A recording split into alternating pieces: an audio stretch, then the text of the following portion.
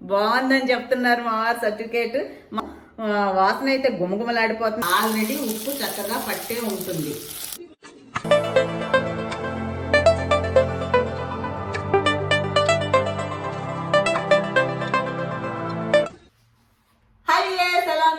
బాగున్నారు కదా? నేను చాలా చాలా బాగున్నానండి. ఈరోజు సండే కదా, సండే అంటే స్పెషల్ ఉండాల్సిందే కదా.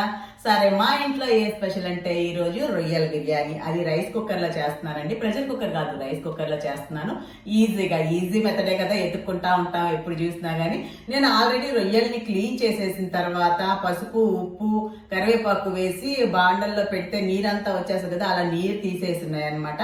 అయినా సరే దీన్ని నేను ఇప్పుడు కొంచెం ఆయిల్ వేసి బాండల్లో వేసి కొంచెం సేపు ఫ్రై చేస్తాను అనమాట. నేను ఇలా చేసుకుంటానండి రొయ్యల బిర్యానీ. ఇది ఒక రకం మాత్రమే. ఈరోజు ఈజీగా చేసేద్దాం అనుకుంటున్నాను. మరి మీరు కూడా ఈ వీడియో చూసి ఈజీగా ఉందా, కష్టంగా ఉందా, ఎంతకన్నా ఈజీగా ఉండే మెథడ్ ఇంకేమన్నా ఉందా అనేది నాకు కామెంట్ రూపంలో చెప్పండి. చేసుకొని తిన్న తర్వాత ఎలా ఉందో కూడా చెప్పండి. దీనికన్నా ఈజీ మెథడ్ ఏమన్నా ఉంటే ప్లీజ్ దయచేసి నాకు కూడా చెప్పండి అనమాట.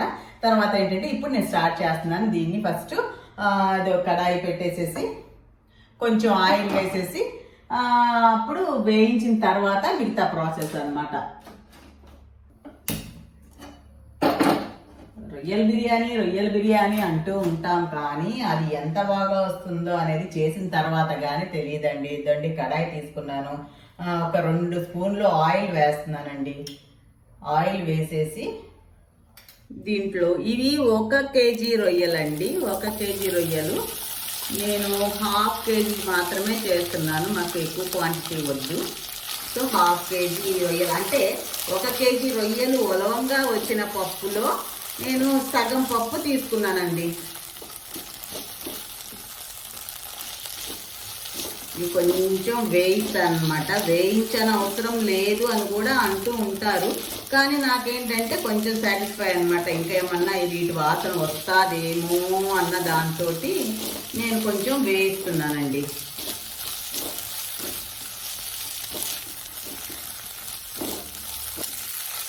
వీటిల్లో నేను ఆల్రెడీ ఉప్పు కూడా వేసేస్తున్నాను కాబట్టి ఇప్పుడు బిర్యానీలో ఉప్పు పట్టదేమో వీటికి అన్న డౌట్ అయితే ఉండదన్నమాట. ఇవి వాడేటప్పుడే కొంచెం ఉప్పు, పసుపు, కరివేపాకు వేసి, కరివేపాకు ఎందుకంటే ఆ నీటి వాసన పోవడానికి అనమాట వేసేస్తున్నాను కాబట్టి వీటికి ఆల్రెడీ ఉప్పు చక్కగా పట్టే ఉంటుంది. సో ఇది మనము మన మసాలాలో వేసి మిక్సీ అంటే మసాలాలో నానబెట్టాలి లేదా మసాలాలో వేసి వేయించాలి అన్న అవసరం లేదనమాట. సో ఇది వచ్చేసారా, ఈ మాత్రం వేయించేసుకుంటున్నాను. ఇప్పుడు ఈ వేయించి పక్కన పెట్టుకొని తర్వాత మిగతా ప్రాసెస్ స్టార్ట్ చేసే ముందు నేను బియ్యాన్ని అయితే నానబెట్టి పెట్టుకుంటానండి.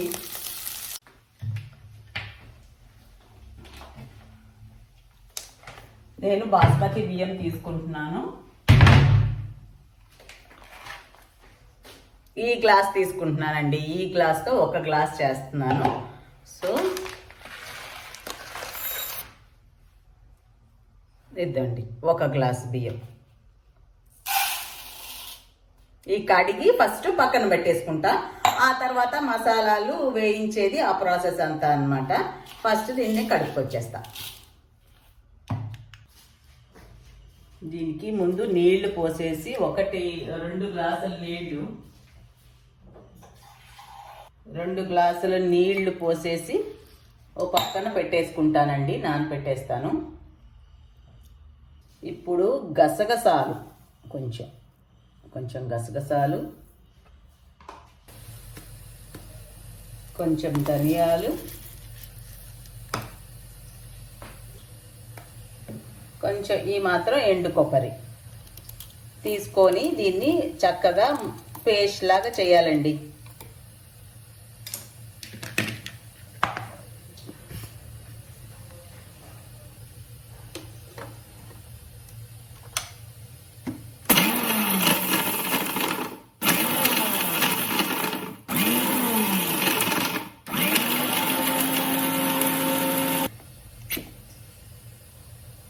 కొంచెం నీళ్లు పోస్తున్నా, పేస్ట్ కావాలి కదా మనకు.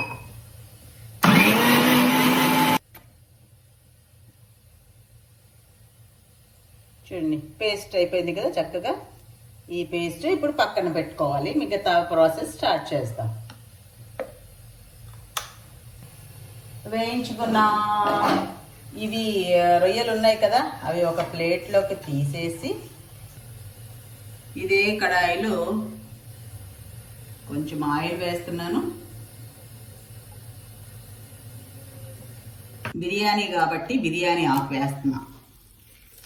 తర్వాత అల్లం చిన్నులపై పేస్ట్ వేస్తున్నానండి. ఒక స్పూను, ఒక ఫుల్ స్పూన్ వేసాను.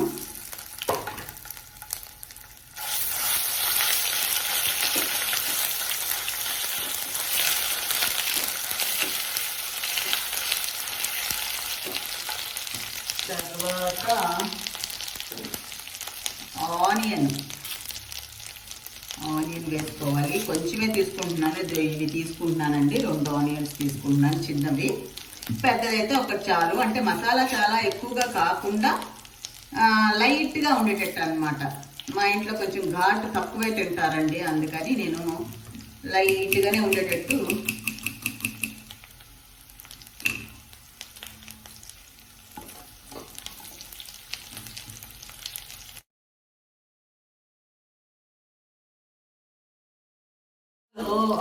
మన ఫిష్ మార్కెట్కి వెళ్ళామంటే మనం చూడని కూడా చాలా ఉంటాయండి. చూడని ఫిష్లు, తెలియని రకాలు చాలా ఉంటాయన్నమాట.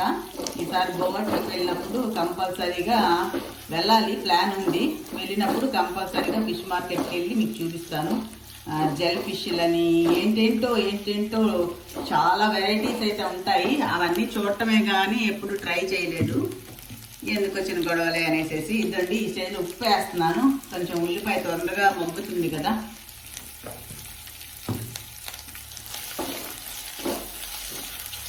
ఇది కొంచెం ఫ్రై అవ్వాలండి. ఫ్రై అయ్యేలోపు ఒక 2 పచ్చిమిరపకాయలు తీసుకున్నాను. 2 పచ్చిమిరపకాయలు వేస్తున్నాను.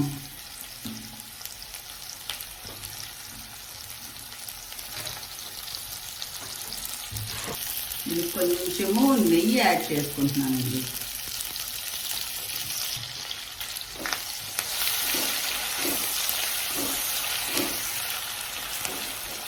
అన్నిటికన్నా టైం పట్టేది ఏంటి అంటే ఉల్లిపాయలు వేగడమే. చక్కగా వేగితే చక్కగా టేస్ట్ వస్తుంది అన్నమాట. పచ్చిగా ఉంటే అది కూడా మసాలా వేగలేదు అనేసి, అంటే ఉల్లిపాయ సరిగ్గా వేగలేదు అనుకోండి, అది పచ్చి వాసన వస్తుంది. ఆ వాసన అసలు అంటే గుంగుమ అనేదే పోతుంది, గుంగుమ ఉండదు.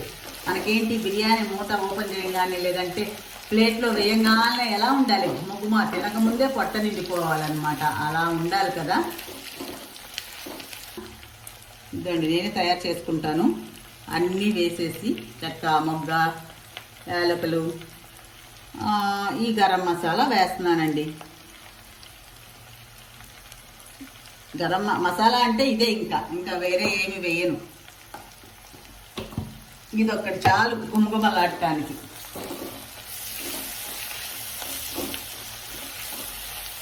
ఆనియన్ వేగిపోయినాయండి. వేగినాయి. ఇప్పుడు నేను దీంట్లో ఏం వేస్తానంటే ఇందాక మనం చేసి పెట్టుకున్న పేస్ట్.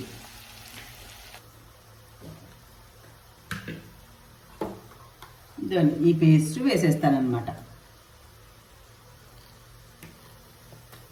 ఇది కూడా ఇప్పుడు ఈ ఆయిల్లో బాగా ఫ్రై అవ్వాలండి. ఈ పచ్చి వాసన పోయే వరకు, ఎండు కొబ్బరి గసగసాలు కదా, ఇది పోయే వరకు ఫ్రై అవ్వాలన్నమాట బాగా.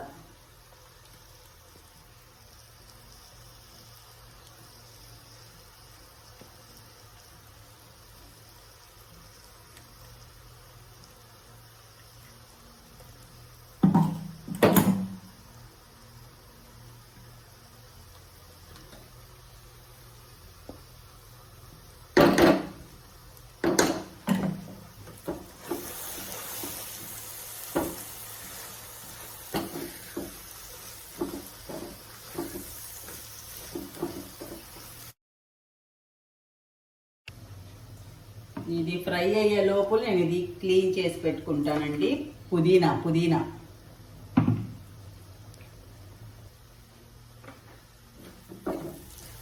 ఆల్మోస్ట్ అయిపోవచ్చింది. ఇంకా మసాలా ఫ్రై అయిపోయింది అంటే ఇంకా బిర్యానీ రెడీ అవ్వస్తోందని, ఎందుకంటే దగ్గరకు వచ్చేసినట్టు. ఇంకేముంది, ఇవన్నీ రెడీ అయిపోతే ఇంకా కుక్కర్లో వేసేసామంటే ఒక 10 నిమిషాలు 20 నిమిషాలు పడుతుంది అనుకోండి. రైస్ కుక్కర్లో అయితే 20 నిమిషాలు పట్టుద్ది, ప్రెషర్ కుక్కర్లో అయితే 20 నిమిషాలు పడుతుంది కదా.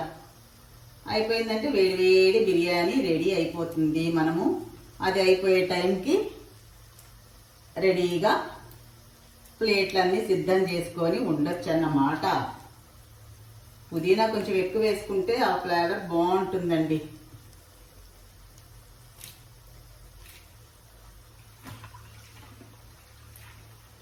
ఆల్రెడీ కడిగి పెట్టిందే, కానీ వలవకుండా అలానే కాడలకు పెట్టున్నాను అనమాట.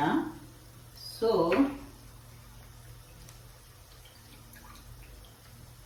ఇప్పుడు పుదీనా కూడా వేసేస్తున్నానండి.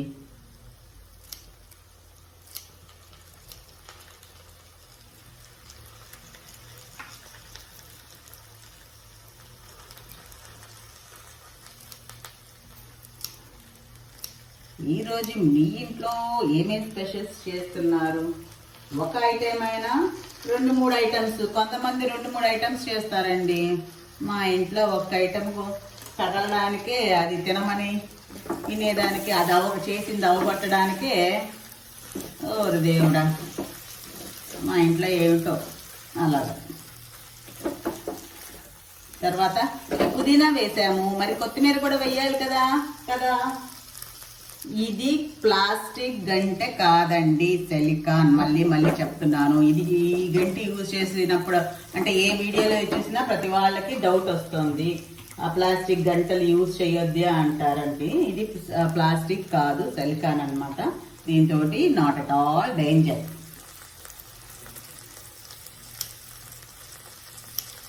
కొత్తిమీర కూడా వేసేసాను.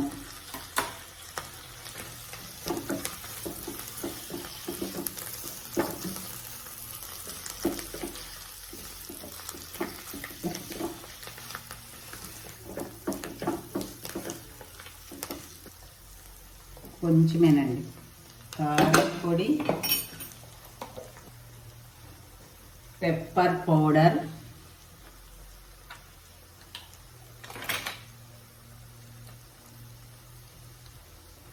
కొంచెం ఘాటు కావాలనుకున్న వాళ్ళు మిరపకాయలు పెప్పర్ పౌడర్ పెంచుకోవచ్చు అన్నమాట.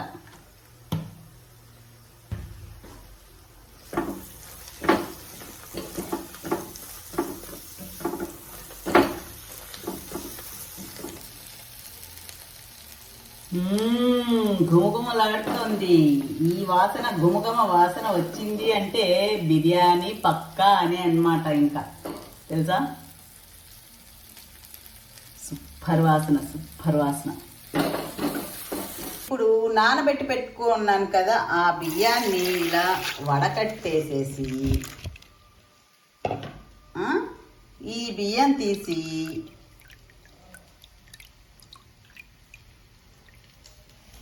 ఈ మసాలాలో వేసి వేయిస్తాను అన్నమాట. కొంచెం అంటే పొడిగా వస్తుందన్నమాట. రైస్ కొంచెం వేయించాము అంటే బిర్యానీ పొడిగా వస్తుంది. ఒక 5 మినిట్స్ అండి, 5 మినిట్స్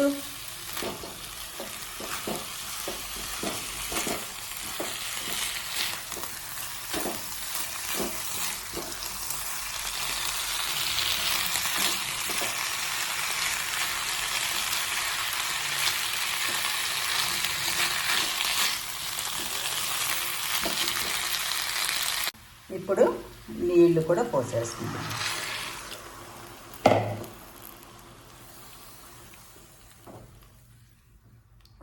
ఇప్పుడు ఉప్పు చూసుకోండి, సరిపోకపోతే ఇప్పుడు ఉప్పు సెట్ చేసుకోవచ్చండి. రైస్ కుక్కర్ రెడీగా ఉంది. కడాయిలో నుంచి ఇందులోకి షిఫ్ట్ చేసేసాను.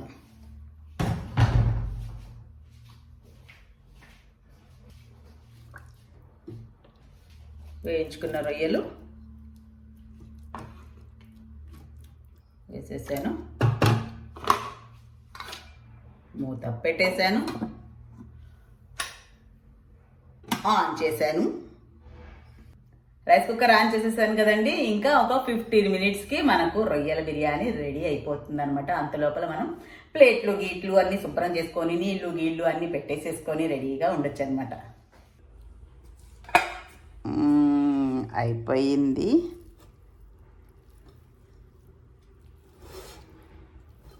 చూడటానికైతే బాగానే ఉంది, బాగానే కాదు బాగా ఉంది. తినడానికి ఎలా ఉందో తిన్న తర్వాత తెలుస్తుంది అన్నమాట.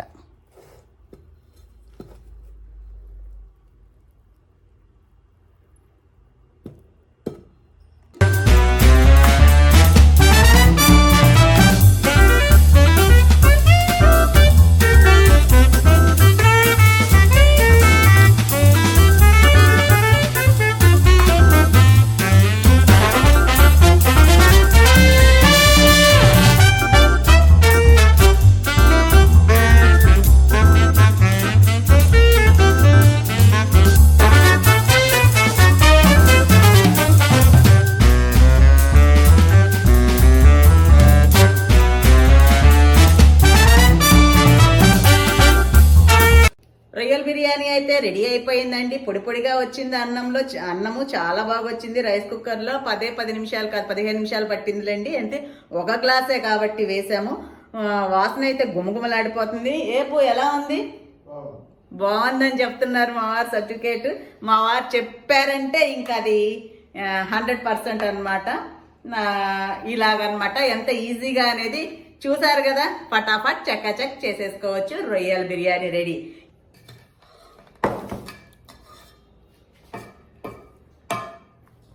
మా వారికి పెట్టేశాను. మరి నేను కూడా తినాలి కదా. ఎలా ఉందో మనం చేసింది ఫస్ట్ వేరే వాళ్ళకి పెట్టి వాళ్ళు బాగుందంటే అప్పుడు తింటే ఆ మజా వేరనమాట. ఇదండి నేను కూడా వడ్డించేసుకుంటున్నాను. దీంట్లోకి నేనైతే రైతా చేశాను, కానీ నేను రైతా యూజ్ చేయనండి. నాకు బిర్యానీల్లోకి ఫ్రైడ్ రైస్ల్లోకి ఏమి పక్కన వేరేది వేయనమాట. అలా తింటేనే నాకు చాలా చాలా ఇష్టం అన్నమాట. ఇంతేనండి ఈ వీడియో కనుక మీకు నచ్చినట్లయితే లైక్ చేయండి, షేర్ చేయండి, సబ్స్క్రైబ్ చేయడం మాత్రం మర్చిపోవద్దు. ఒకసారి ట్రై చేసి చూడండి. ఉంటాను, మీ లక్ష్మీరావు.